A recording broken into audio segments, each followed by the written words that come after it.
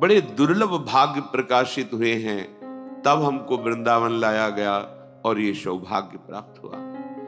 इस सौभाग्य का परिणाम दुख सुख भोगाने वाला ये मानव शरीर नहीं, केवल स्वाप्निक सुख स्वर्गलोक भोगाने वाला देव सुख नहीं, केवल पाप कर्म भोगाने वाला यातना देह नरक दुख नहीं, ये भगवत सुख प्रदान करने वाला है जो लोक लोकांतर में कहीं सुख नहीं है।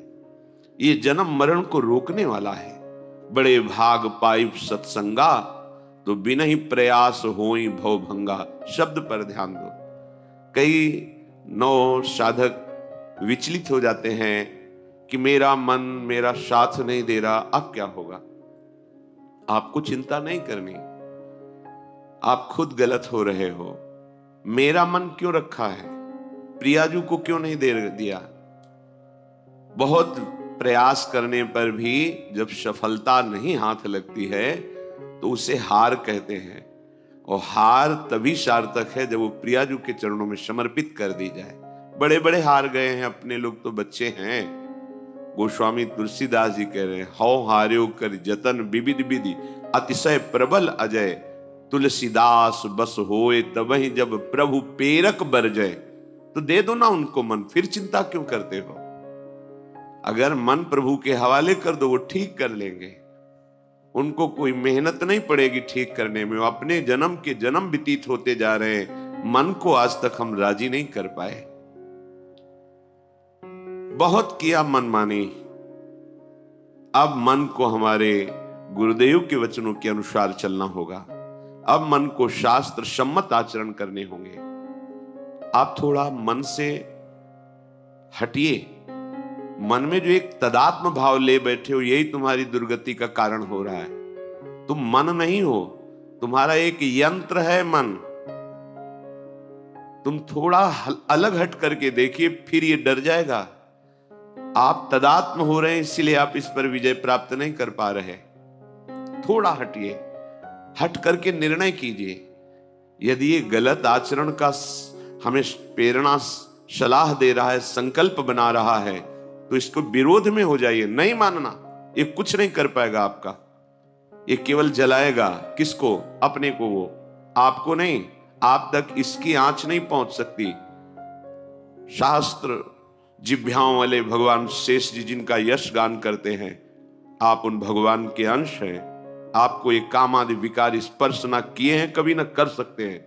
ये मन पर हावी होते हैं, और मन को आपने अपना स्वरूप मान रखा है, इसलिए आपसे दुराचार बन जाता है, पापाचार बन जाता है।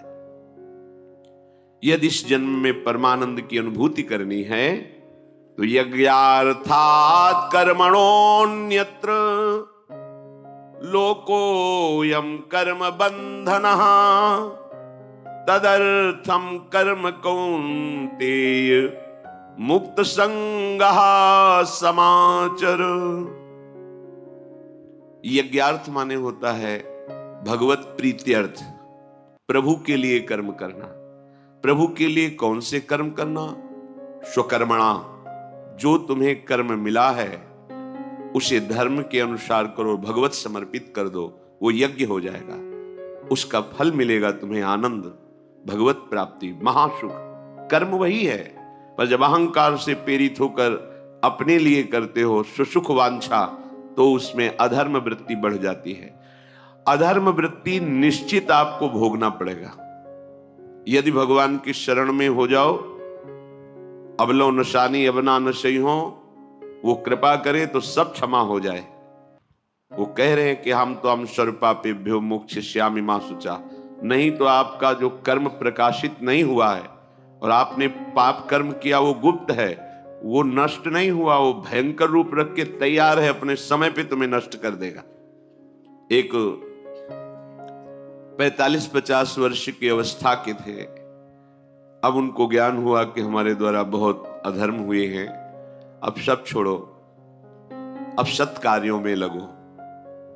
तो उनके सामने एक स्वर्णकार का मकान था।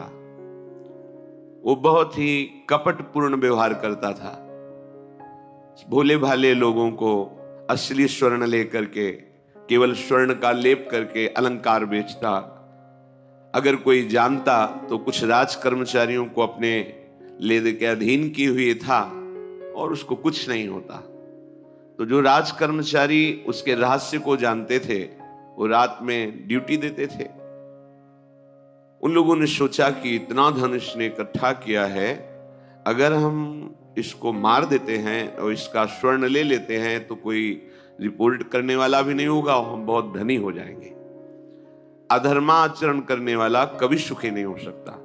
स्वर्णकार अधर्म आचरण कर रहा था तो उसके अधर्म आचरण में सम्मिलित होने वाले राज कर्मचारियों ने उसे मार दिया, उसका स्वर्ण ले लिया, धन ले लिया और उसे एक बॉक्स में बंद करके वो निकल ही रहे थे कि वो जो धर्म पे चलना ठाना था उन्होंने देख लिया।